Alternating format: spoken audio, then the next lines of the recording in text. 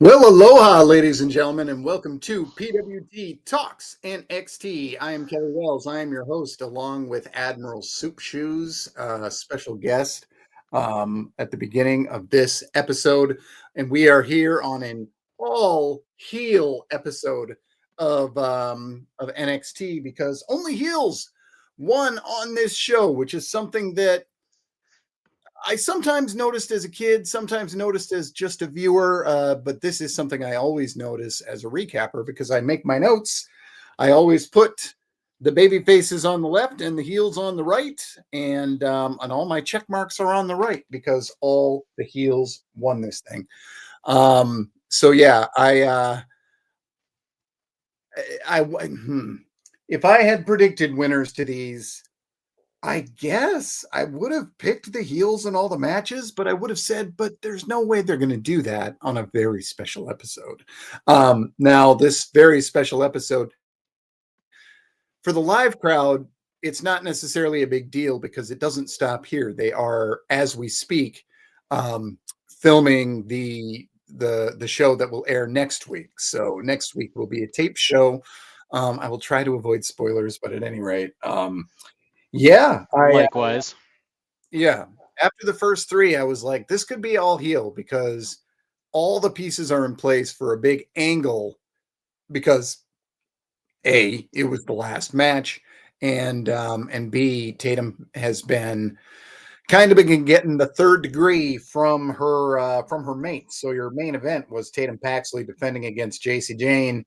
And I've had colds that lasted longer than this title reign. Unfortunately, Paxley loses to JC Jane with the rolling encore.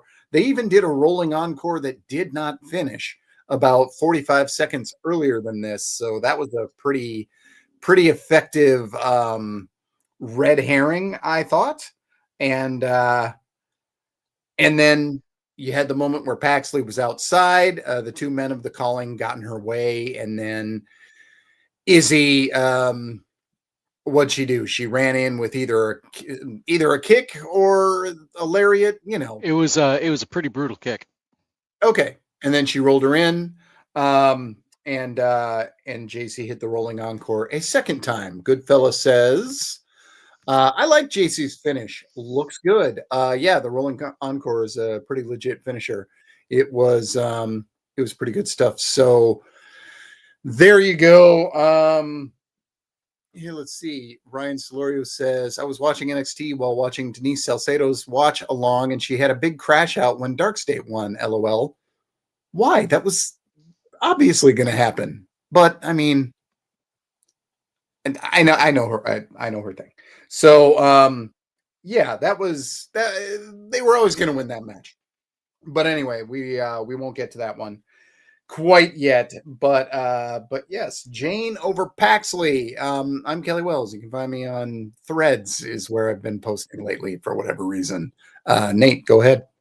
And for anybody just listening to the audio podcast and not watching on YouTube, Admiral Soup Shoes is the name of Kelly's imaginary friend. Not a cat. Oh, Definitely not a cat. It's his imaginary friend. Uh, right. He's my little Jimmy. yes, He's my little Jimmy. yes. No, so okay. I on the surface hated this because I didn't want to see Tatum lose, but I about 30 seconds after that, I had that feeling. I'm like, no, I actually really like the way this played out in this finish. We've already talked about Izzy Dame eventually turning on Tatum Pax. I mean, all the signs were there, foreshadowing and stuff. We knew it was coming. I just didn't necessarily see it coming in that particular frame to see her boot just enter the frame and kick Tatum in the face.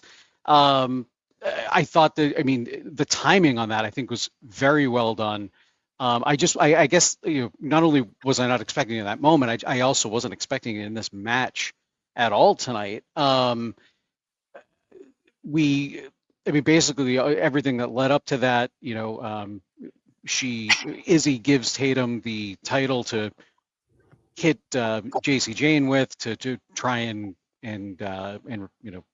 use it as a weapon to retain her title. And Tatum, obviously, you know, reservations. I was thinking about that time Bailey just, I forget who she was against, but Bailey had the kendo stick and couldn't decide whether she wanted to use it or not. And it's like, come on, just use the kendo stick.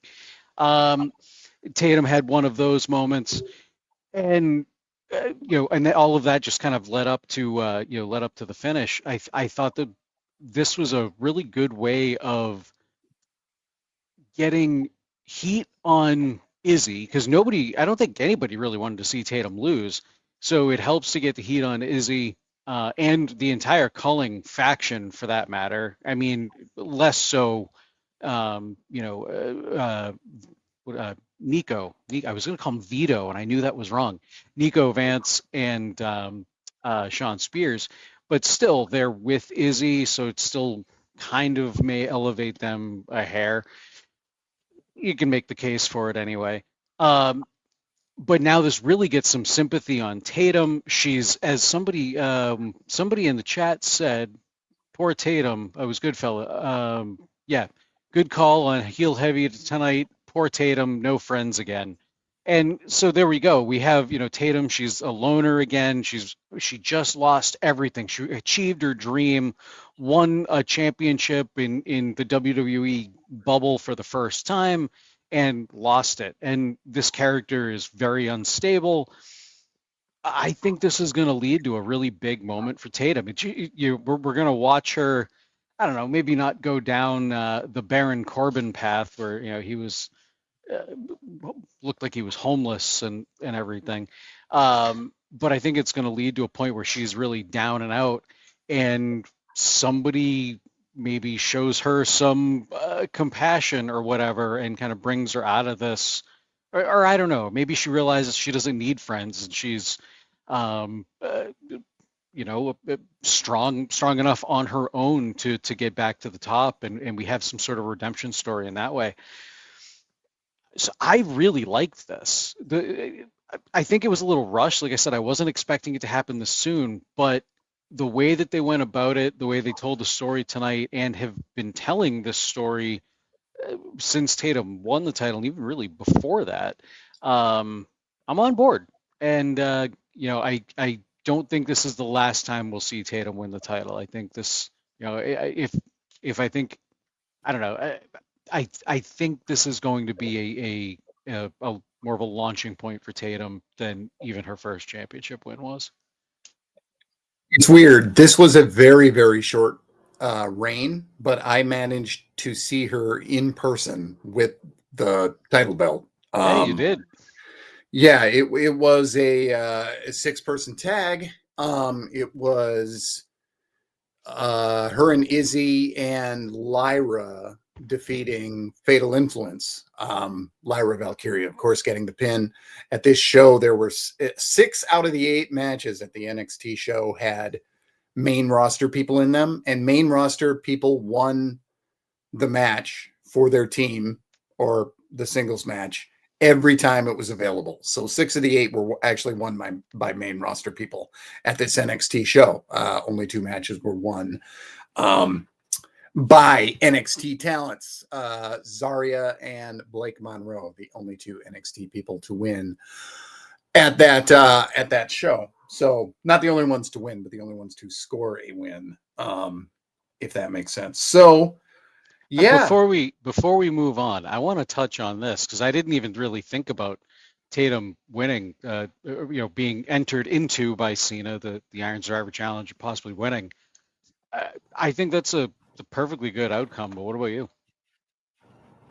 Yeah, I certainly wouldn't be against it. I did not think that I don't have emotional reactions to wrestlers very often anymore, visceral reactions to wrestlers very often anymore, even when I'm in the arena. But when Tatum was up on the corner, just right in front of us, because we were just right off the corner, I got really psyched. I was really, really cheering for her, and I'm a pretty stoic fan at this point. I'm a very Minnesotan fan of wrestling. I'm very reserved. Yeah. We have very good crowds, but like we're I don't know. We're kind of thought of as being a little more reserved. So yeah, we've got that. Somebody said Tatum still has Lyra, and all I wrote about Yeah. that in the recap is the thing with Lyra is kind of played out. Like if they're just going to go Yeah. back to that story again, it's we've kind of seen it When with her when saying, I "Hey, you said still got me," and then she leaves. when I said that somebody might be able to like pull her out of that deep dark place, the first thing I thought of was Lyra, and I meant to mention that. That's exactly what I was going to say. Is they've gone to that so many times that I feel like if it was Lyra to come back and try to be her friend and team up with her again, I don't know. I feel like that's maybe the one thing that could potentially derail it. Um, I feel like it needs to be somebody bigger. Like I don't have a good example off the top of my head. Maybe Alexa or something because she just because of all of the stuff going with her and Charlotte or something like that. I don't know, but I think it definitely needs to be somebody other than Lyra unless they tell a very compelling story, and even then, I think it should be somebody else. So that is that. Tatum Paxley not a champion anymore. But there's always next week, the week after. We will see what happens. Let's go to the other match we touched on. Why the heck not? Javon Evans and Leon Slater unsuccessfully challenging for the tag team championships against Dark State. Dark State's only had the championships back for a very short amount of time themselves. Again, I thought this was very, very obvious that they were going to go over. They isolated Leon Slater after finally um, getting Evans out of the way on the outside and won with the Doomsday device. Of note, most of the time, the two small baby faces dominated the four large heels. The vast majority of this thing was Dark State just getting punted all the way around the arena. 11:08 was not the shortest match because the shortest was the first match. But yeah, the matches were all pretty close in terms of how long they were. But Dark State defeats Evans and Slater, and other than to say, holy hell, Evans and Slater can do anything, I'm not sure what else to say. Dark State was not at the house show. It's funny that I'm like not totally sure because that's how exciting I find them. Yeah, I Yeah. they were not there. Slater, of course, was not there. Evans was. Evans was in the last match before the intermission against Sheamus. It was very good. And I got a really good picture of Sheamus drinking a fan's beer. Check Yes, you that out did. on the site if you want. And I got some other ones. By far, the best picture I took was just of Sheamus posing in the corner. It's glorious. Like it's usable by the company. It's that good. And most of the rest are like, oh, I wish that was like a half second earlier or later. But what are you gonna do? But I got every time I go, I get one great one. And Rhea Ripley made my picture of her go totally viral. Um, maybe I should do that with the Sheamus one and not just the one where he's drinking, which maybe he shouldn't have go for. I don't know. Apparently they're allowed to do that because he did it, and then a couple days later he got to win alongside John Cena. So certainly was not in trouble. Um, yeah, lest I talk so much about Dark State, I might as well throw to you. All right, I'll talk about Dark State for a little bit, I guess. Well, more so about Javon and Leon. Yeah, I love these two as a tag team, and I'm really hoping uh, the WWE winds up signing Leon Slater in the same vein as Joe Hendry is now, signed, and Jordan Grace before him, and all of that. Um, uh, I think Javon right now is on an amazing trajectory in the company. We know that John Cena is very high on him. In the chat, we had Ryan say, by the way, did you guys see Javon versus Gunther yesterday? And like, yes, I did. Yes. And I I heard it also. Gunther's got his old music back, but Yeah, I was Evans very happy against to hear that. very large men is just great stuff. Oh It's yeah. he does his best work in big versus small. Just awesome. And I loved the chops, especially the first handful of chops that he gave to Gunther, because he didn't hold back, and they sounded like something Gunther would give to his opponent. So I think Javon is on a great trajectory right now as a singles talent. And as much as I would love to see him and Leon form a tag team and be together, whether that be on NXT or well, I was going to say whether it be on NXT or the main roster, but I think it would be on NXT. I'm not sure that they would necessarily move Leon to the main roster just yet. Maybe they would. I don't know. So I think that might end up holding Javon back a little bit if they wind up putting him in a tag team like legit on in NXT. If I don't know what Leon's contract status is or anything like that. I'm just kind of talking off the cuff. But man, Javon is factored in right now. And I mean, at his age, and I guess pun kind of intended, the sky's the limit for him.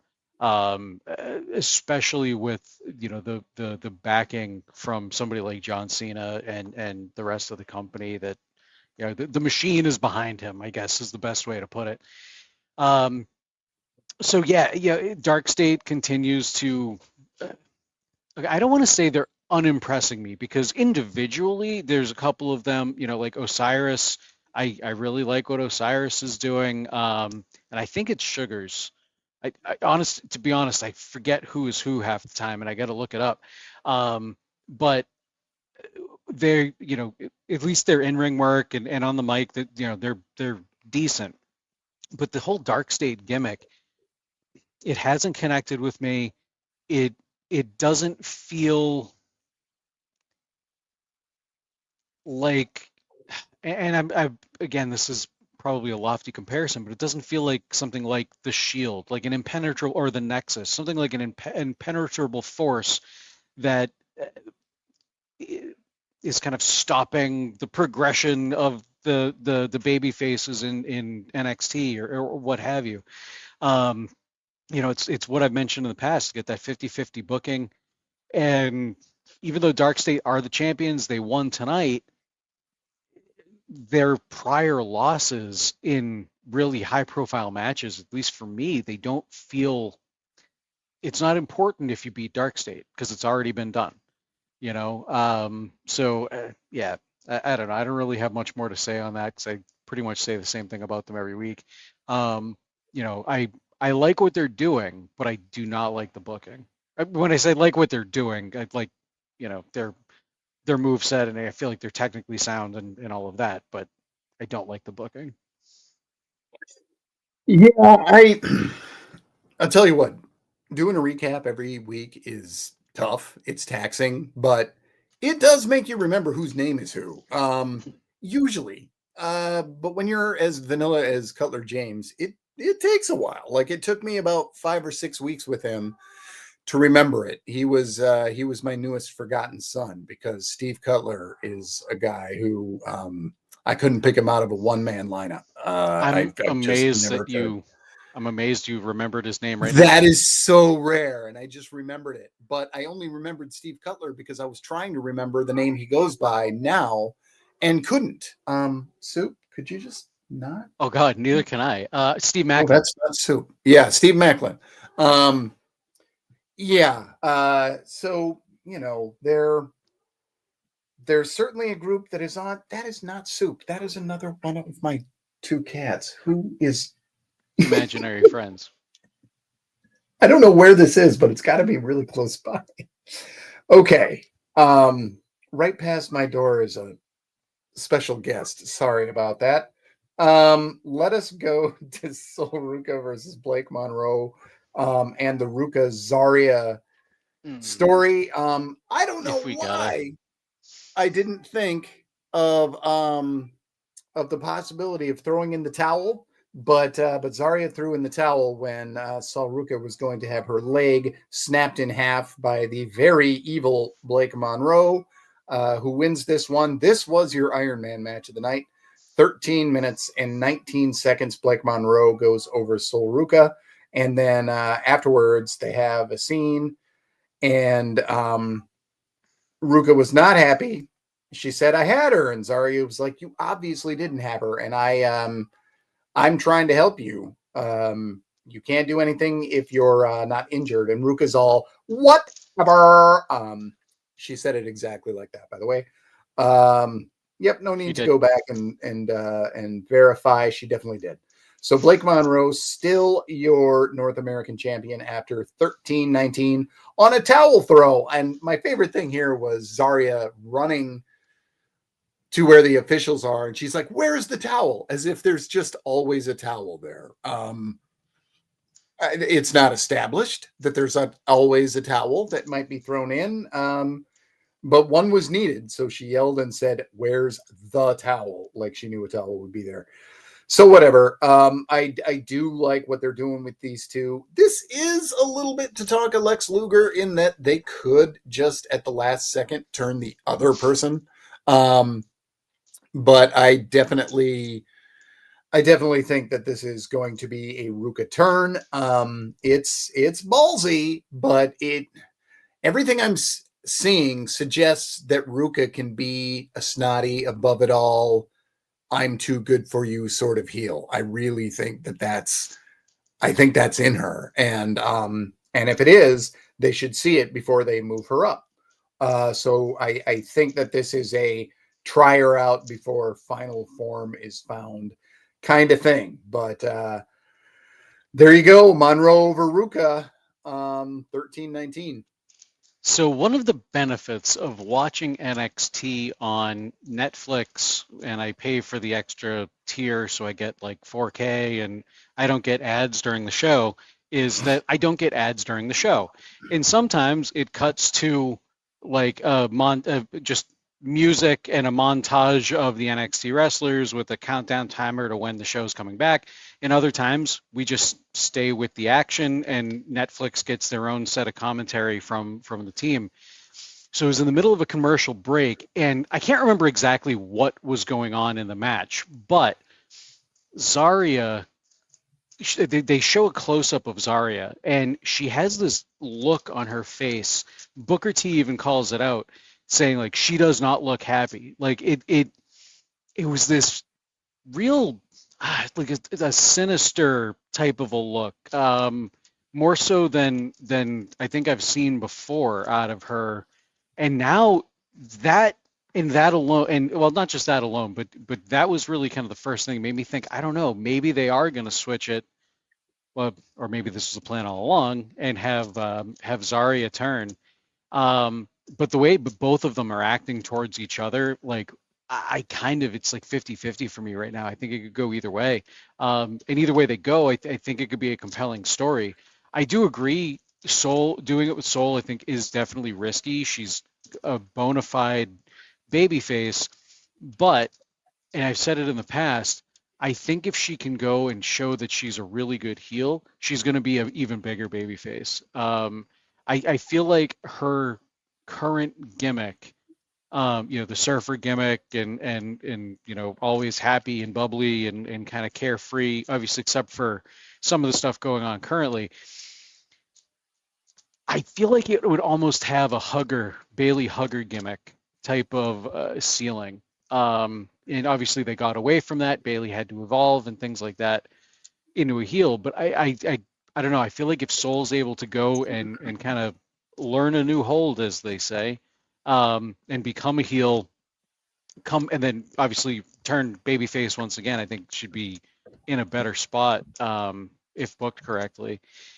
Zarya, I feel like it would make the most sense to turn Zarya when you look at it on paper.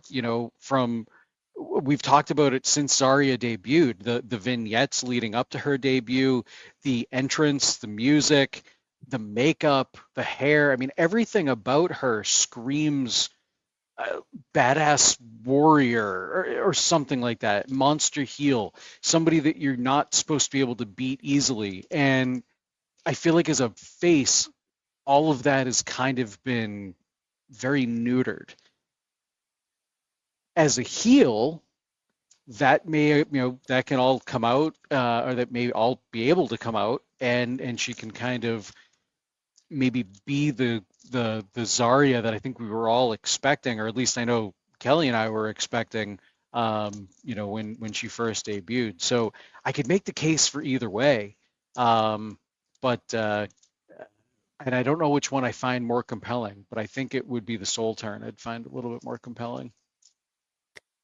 Yeah, I nothing has turned me around on this. I think this is 100% a planned soul turn. And I think that this has been that from the beginning because Zarya's been in the right about everything, and it could be that Soul just pushes her to this, but Soul has just been like Soul's been dismissive of Zarya for kind of a while in this, and I would be very, very actually disappointed in the booking if now they decided that Zarya was going to be the heel, um, even though we think again on paper that she'd make sense as a heel. Yeah, Soul is. I think everything has pointed to Soul, and it would be goofy if that's not where it ends up. Your opener, Thea Hale and Joe Hendry, your new WWE signee. That was news that broke while it was intermission at the house show. That is something that came out while it was intermission, and Wade was texting somebody that he knows within wrestling, and I ended up seeing it on a feed. So No, that is I told you. um oh, on a feed, which is you texting me. That's right. You Yeah, texted me that Joe Hendry signed, and I said, Nate just told me Joe Hendry signed. That is what it it was. was like, yeah, Doug, yeah, credit where credit's due. Yeah. Granted, I was told by Jobin, so I Yep. guess that, who was told by his coworker. So yeah, there we go. I was standing up because I am sitting down as little as possible these days, which is odd to you, the viewer, because I'm always sitting down for these. But I have a broken tailbone, broken the first week of May. It is excruciating every second I sit down. That is why I'm constantly moving around while I'm doing this and changing my leg placement, trying to find a place that doesn't suck to sit. There are none, and I need this to be over. So I was just standing up, drinking a beer, and I found out that Joe Hendry is in the company, as we've all thought he was going to be for a long time. Chelsea Green and Ethan Page welcomed him to the company by beating him right away. 10 minutes and 40 seconds. Unpretty Her by Chelsea Green to Thea Hale. This was very, very lively. The opener at the house show I went to was Thea Hale taking a loss to Blake Monroe in the only championship match of the night. And it was pretty decent. Hendry was not on that show.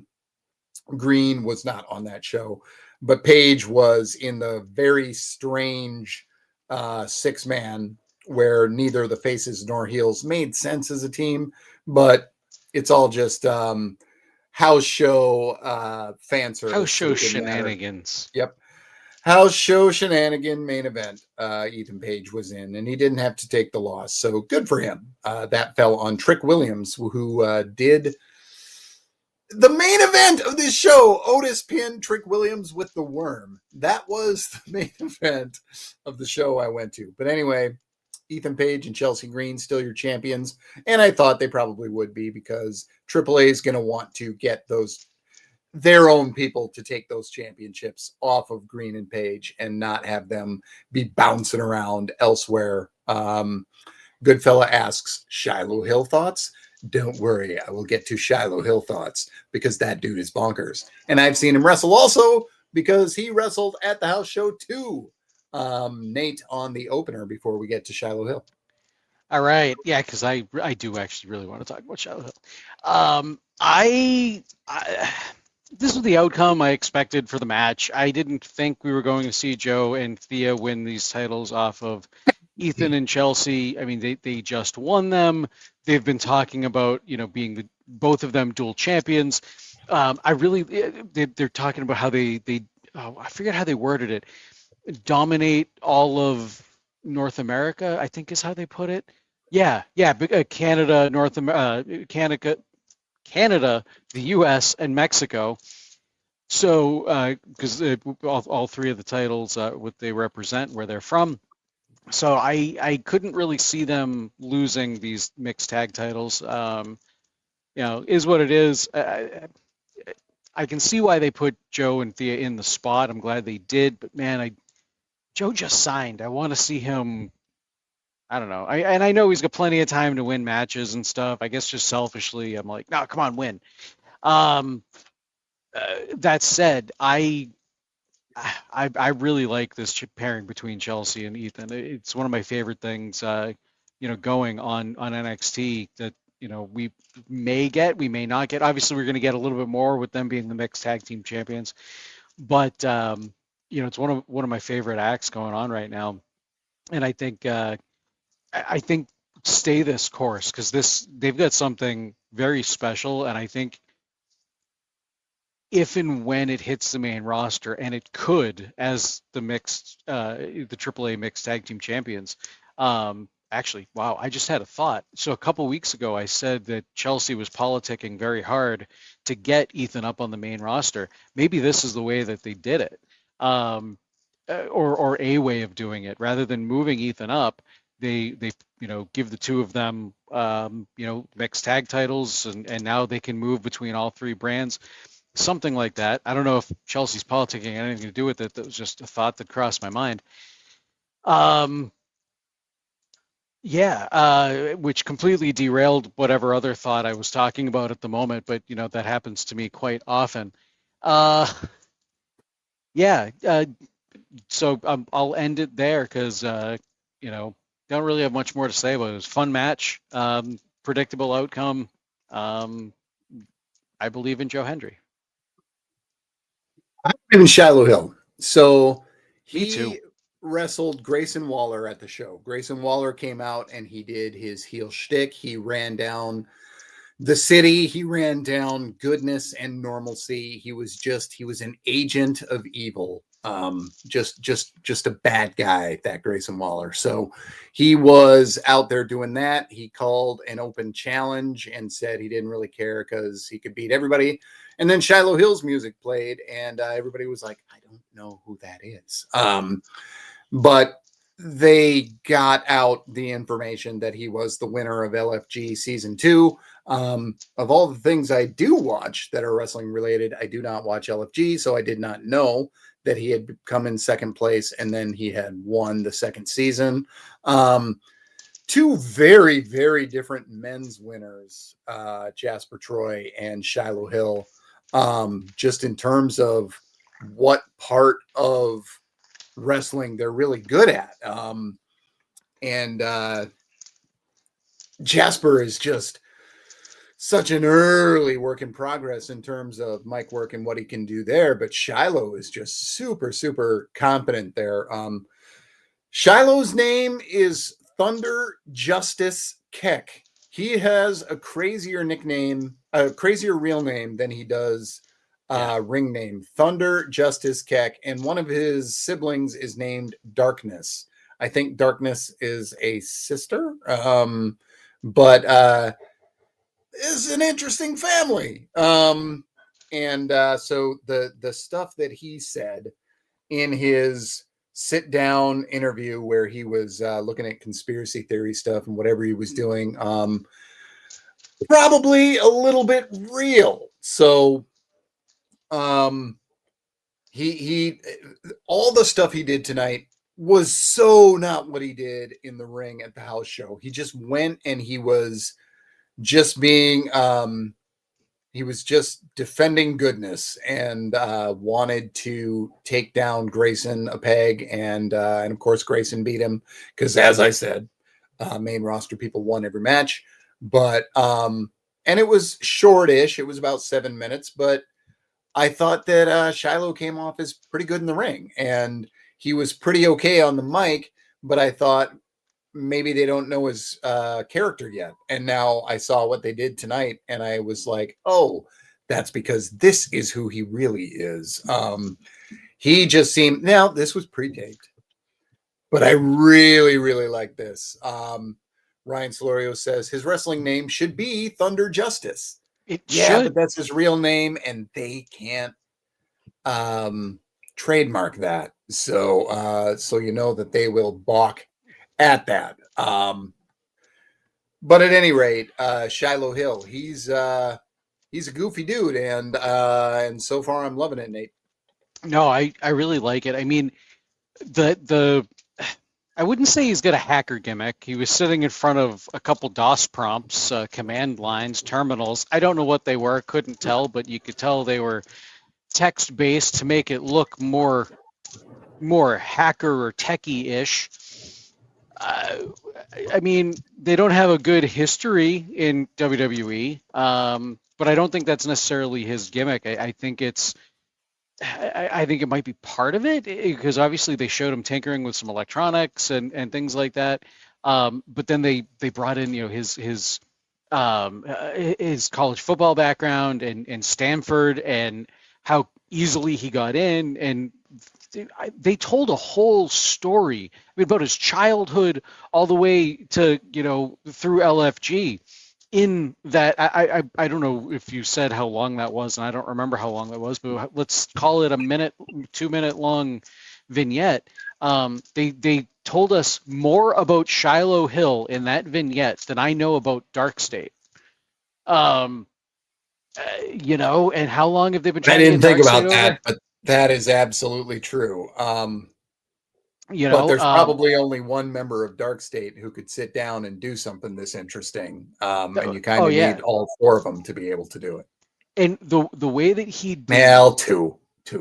yeah, the Yeah. way that he delivered in this vignette, I mean, you can tell he has it. One of the things that I found out as I was listening or watching the show, and he writes like creepypasta stuff on Reddit, the Shoe Man.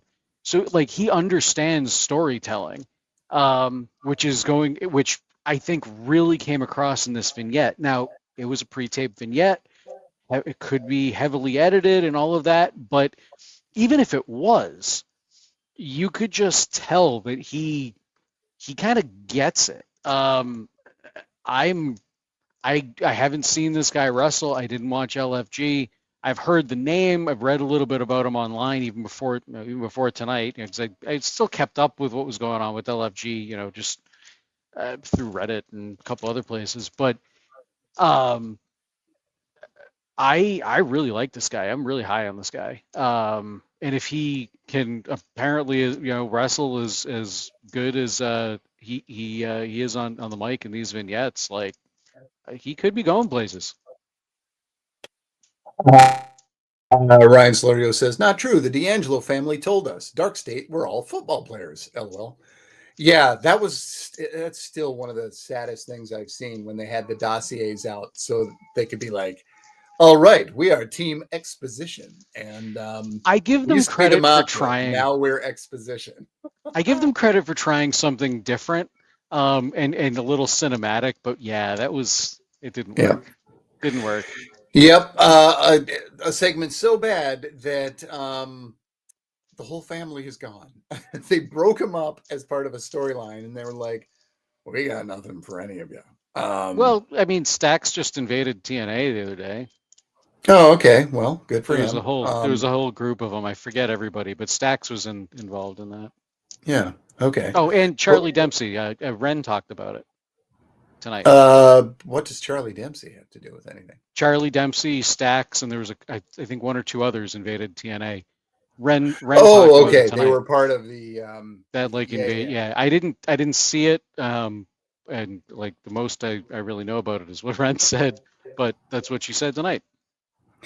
Okay. Yeah, we saw some scenes. Vice, Jordan, Kalani, they talked. Briggs and Heights, they did a thing, and then they went through a table. Tavion went through a table. Tavion gave a really bizarre, rambling promo. I don't know for sure that he was drinking or high, but yeah, he lost his place a lot. He wasn't drinking; he was not high. He just lost his place. and was having trouble in this live environment, this loud live environment, maybe doing it up, and had to just get all excited in place of remembering what he was going to say. But thankfully, he kind of got there, and Briggs attacked him. They brawled in front of a merch table, and later on, Briggs threw Heights through a table, which I missed, but Nathan thankfully did not.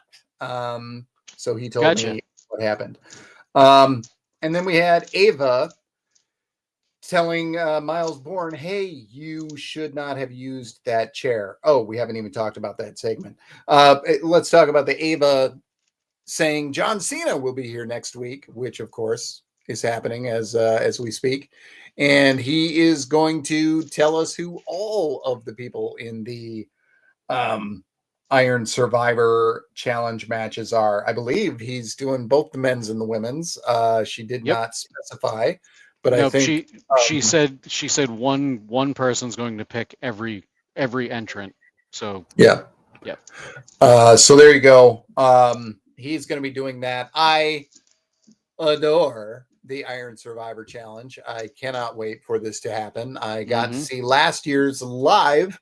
But this year's I will see a little bit better because it was floor seating and it was tough to see some of what was going on.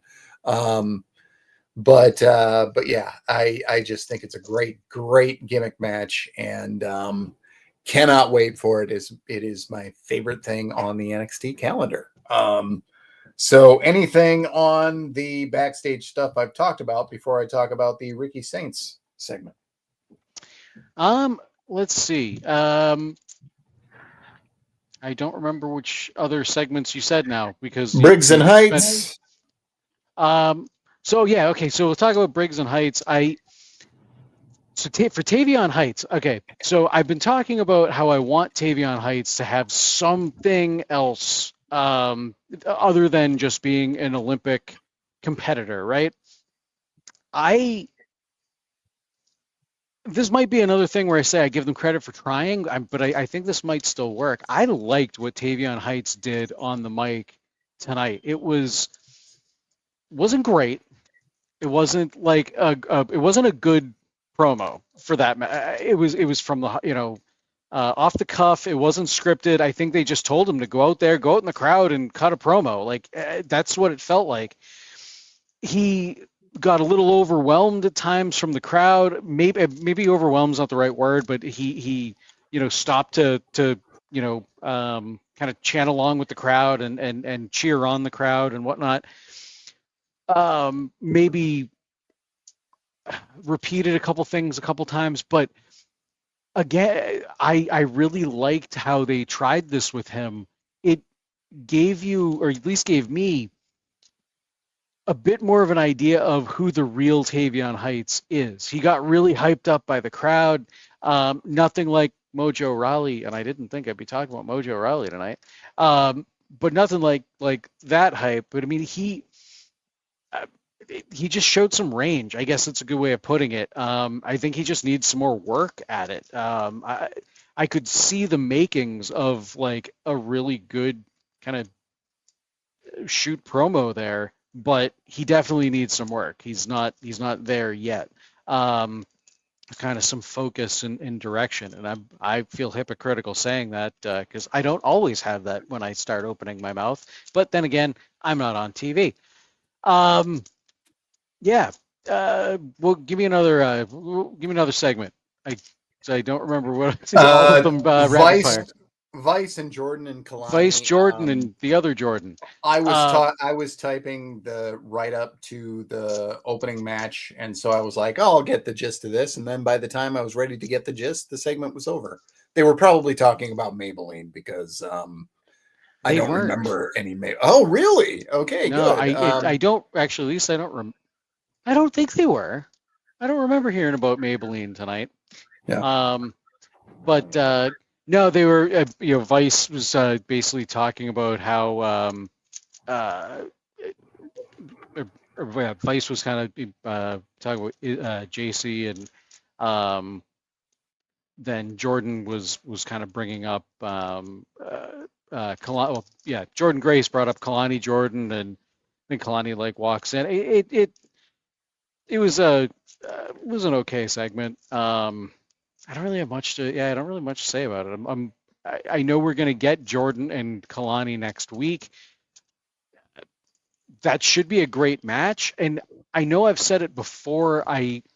As much as I would like to see a TNA contracted wrestler win back their Knockouts championship, I think a Jordan Grace win would be huge. Not only would they get, she get a great pop tomorrow night, or sorry, not tomorrow night, next week, but I think the TNA fans would be like super pumped to have her with the Knockouts championship around her waist once again, and obviously back on TNA TV. I can't remember if she's gone back to TNA maybe once or twice since being fully contracted in NXT, but it'll be should get a great pop. Coming back, bringing the TNA championship back to TNA. All right, so Ricky Saints, he's a thing. He's a championship thing. He was in the main event. So the main event of this house show was goofy. It was Ricky Saints and Miles Bourne and Otis defeating Obafemi and Ethan Page and Trick Williams. So those are your strange bedfellows. And it was Otis pinning Trick Williams because why wouldn't he? Like what? It was a really weird. Otis clearly had friends in the audience. Otis has strong ties to Minnesota and Wisconsin also. So he just knows people around here. So definitely people that were people that are around. I got a lot of photos of them afterward. They stayed for a really long time, all three baby faces, and shook hands and signed stuff and took a lot of selfies and were very giving of their time. After Otis won with the worm, he said he wanted to have a worm off between, he didn't say worm off, but that's what I wrote down. So Ricky and Miles each had to do the worm, and then the crowd would be the arbiters of that. So Ricky first did his worm and it was really, really smooth. And then Miles did it and it wasn't overly smooth. And part of me is like, he could do it just as smooth. He just wasn't, because Ricky's the champion and they didn't want to take the wind out of his sails. But maybe it's just not a move that he's ready to do. But at any rate, Ricky won the worm off. That was your post thing, and then they were around for a very long time, signing and taking photos. So really cool. And although I'm not the guy who's like, hey man, I got to get a selfie with you, I did take a lot of pictures of them taking selfies with fans, and that was more than enough. So super cool. Yeah, Ricky Saints interrupted by Obafemi, who was interrupted by Trick Williams, who was very rudely interrupted by Miles Bourne. So Saints, Femi, Williams seems like it'll be the match at Deadline, but it could just be Saints, Femi, and Williams could just be in the Iron Survivor Challenge. But at any rate, I think it's going to be triple threat, and then with Femi and Williams, the last two winners of the Iron Survivor, who are both still on the brand. It was Jordan and Trick, wasn't it? What's that? It was Jordan and Trick that won the last ones, or was that the last one? That was 2 years ago. That's 2 years ago. Yeah. Last year was Femi and Julia. That's right. That's right. Yep. So there you go. That was your crossover segment, and will lead to your, well, probably not your main event of Deadline, because the main event will probably be the Iron Survivor Challenge. Nate. I hope so. God, I do. I really like the Iron Survivor Challenge. And I'm hoping it stays an NXT thing. I feel like it should, because I feel like it, elevates an up and comer. But I still want them to bring back the fight pit. I really did. That was such a great match.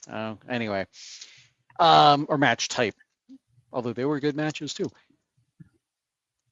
So obviously I think next week we'll find out if we're going to get a triple threat at Deadline or not. Once John Cena comes and names all of the members of the Iron Survivor, if Trick Williams is in that, he's probably not going to be in the championship match, and we'll just get Saints Femi. If Trick isn't named for that, then potentially triple threat.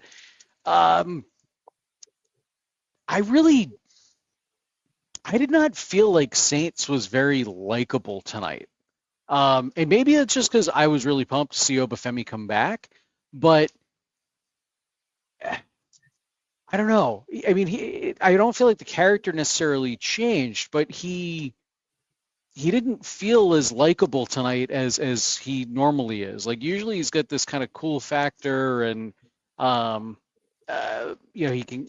I don't know. Tonight he almost sounded like a little snarky and annoying when talking to Obafemi. So I'm almost wondering, like, is he supposed to be playing heel, Femi playing the face? I mean, the crowd was solidly behind Femi, or if they're kind of playing it loose to see, just to get the reactions. I don't know, but it's MSG. I mean, MSG has just got a way about them. Yeah. So yeah, I don't know. Yeah. So I don't know. But yeah, we'll obviously see kind of how that plays out as we get closer to deadline. Yeah, that's about it. I don't really have much more to talk about that you didn't already bring up. Yeah, the only other thing was Kendall and Ren, and that was another one where I didn't really get much of what they were talking about before it was over. I was writing about Kendall, how she actually looks like a wrestler now and not a creative wrestler. So, yeah, she had gear that actually had some interest to it. Go ahead. And I was actually really surprised with how she handled herself, or has been handling herself in these backstage segments. Like a lot of times you can tell if somebody's reading their lines, and she didn't feel like that. It felt very natural, like natural conversation. Her and Ren had some good chemistry. I'm sure they're probably friends coming up in the PC and all of that. So I'm sure that helped. But yeah, I do want to point that out, because not only has she been impressing me in the ring, she's really coming along on the mic and in these backstage segments. Like she's presenting herself as championship material, holding that Evolve title. Well, I'll tell you what, as the resident doesn't like everything guy, I have to say I really liked this show. Yeah.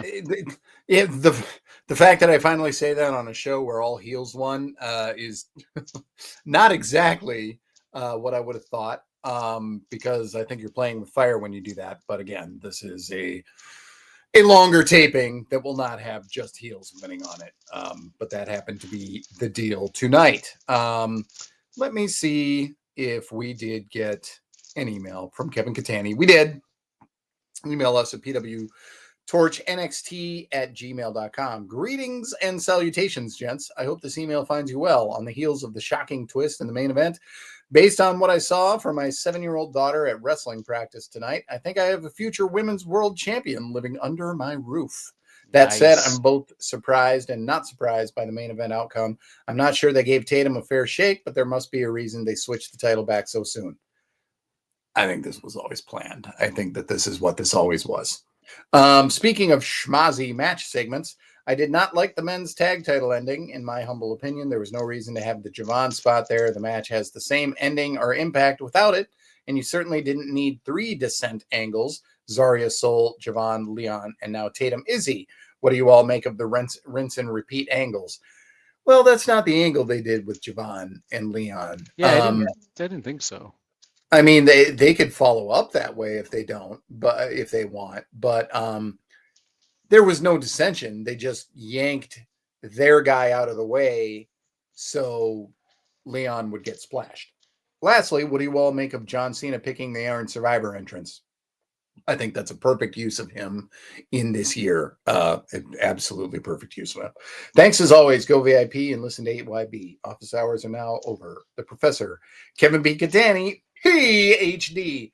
I will throw in for VIP also, because this week 8 years back. We are talking about TakeOver War Games, and I mean the first TakeOver War Games. So I am watching the first TakeOver War Games match right after this because I've watched all of the War Games show this morning and this afternoon, and we'll finish it tonight right after we record. It is the same one that has the Say My Name angle with Velveteen Dream and Aleister Black, and yeah. obviously you can't talk about Velveteen Dream without acknowledging all that stuff, but as a performer he was fantastic, and that stuff and that feud was just really, really good. What could have been? I know. And so really good stuff with Dream and Aleister Black. So that was super cool. So we're going to talk about that on the podcast that I record tomorrow. So if you don't have Katani's email pulled up, go ahead. Or I do. there you go. I mean, honestly, we talked about, I think, everything here.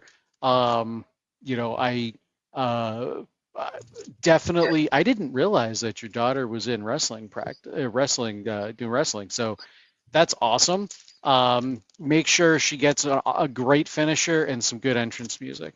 Uh, um, yeah, and I think everything else we've really already touched on and talked about. So the only thing that I guess I really didn't talk about was what I thought of John Cena picking all of the Iron Survivor entrants, and I think this, like Kelly said, I think it's a great use for him. I mean, it's very well known that John Cena wants to put over younger talent on his way out. I mean, Saturday night's main event, the upcoming Saturday night's main event, that's going to feature talent from NXT and things. So, and as we already said, he's really high on Javon Evans.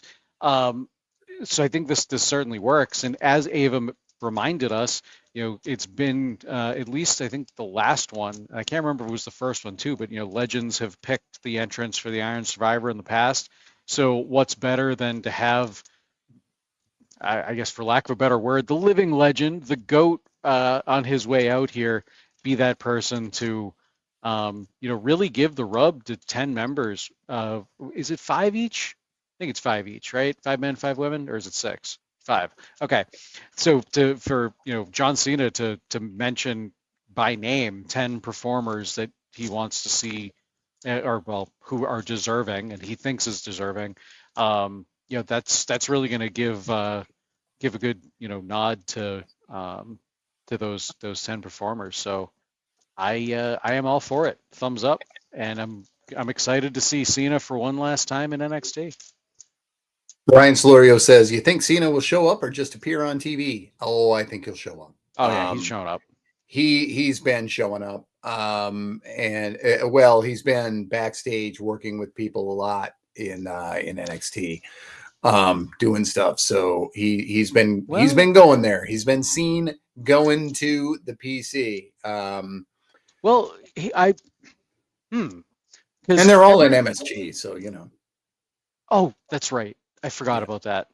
So they're at the PC. I was going to say, they're there already. He only has so many dates left. I don't know if he'd fly down to Florida, but that's right. They're at MSG. Yeah, he's showing up. 100%. Yep. He's showing up.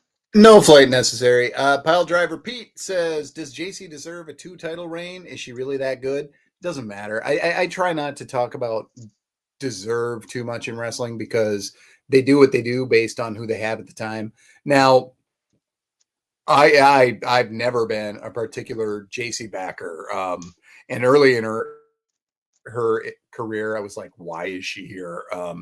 But she found her way to something worth being on TV. And I don't know if that's championship material, but after so many of your best women leave for the main roster, you do what you do with who you got. And it wouldn't have been 2-time, but they found a story they wanted to tell with Tatum that was way stronger if Tatum became a champion and then had the rug pulled out from under her. Yeah. So JC was just kind of an accessory to that story.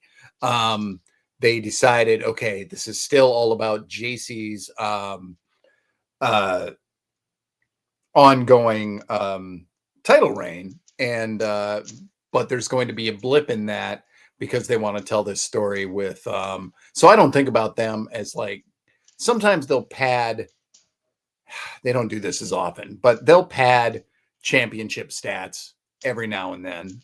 There was a time when there were bookers who would do that all the time to make it look so huge, 17-time champion. And all that ever did for me was drive home how often they lost. I never loved that, but yeah, I don't, as somebody who never was a fan of JC, I still don't think it's a problem.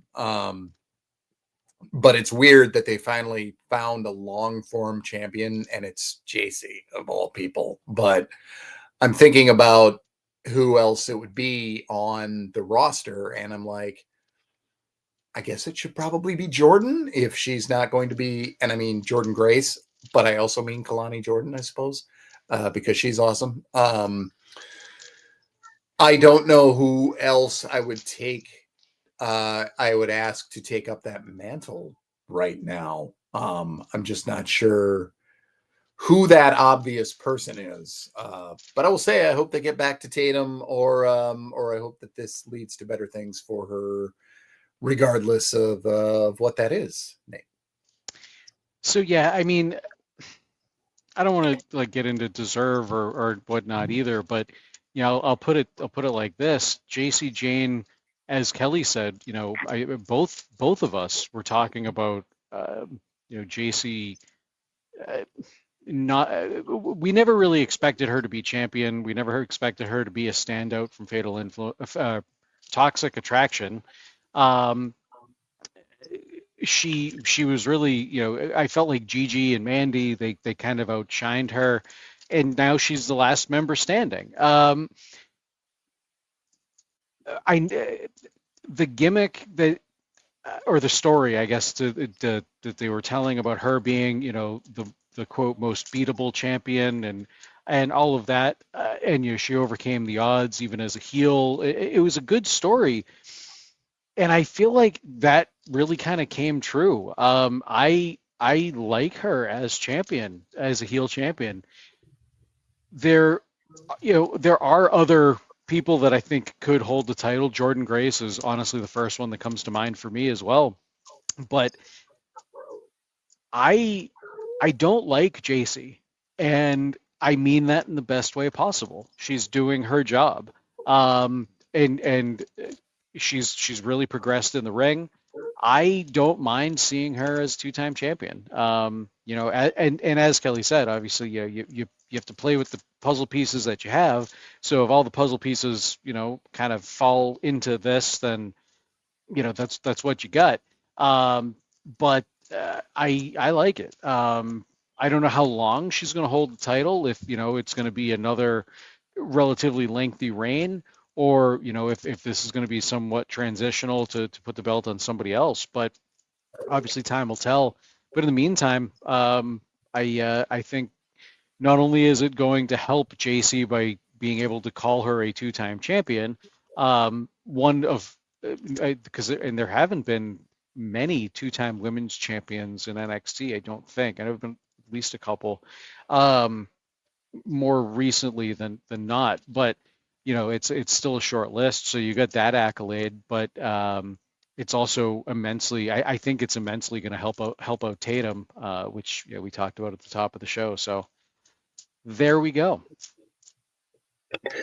Yes, that I believe is that. I think that is our show, unless you got anything else cleanup that we have to do, but I think we got there. I'm Kelly Wells. You can find me on threads at spookymilk.games, I think is what I'm going under.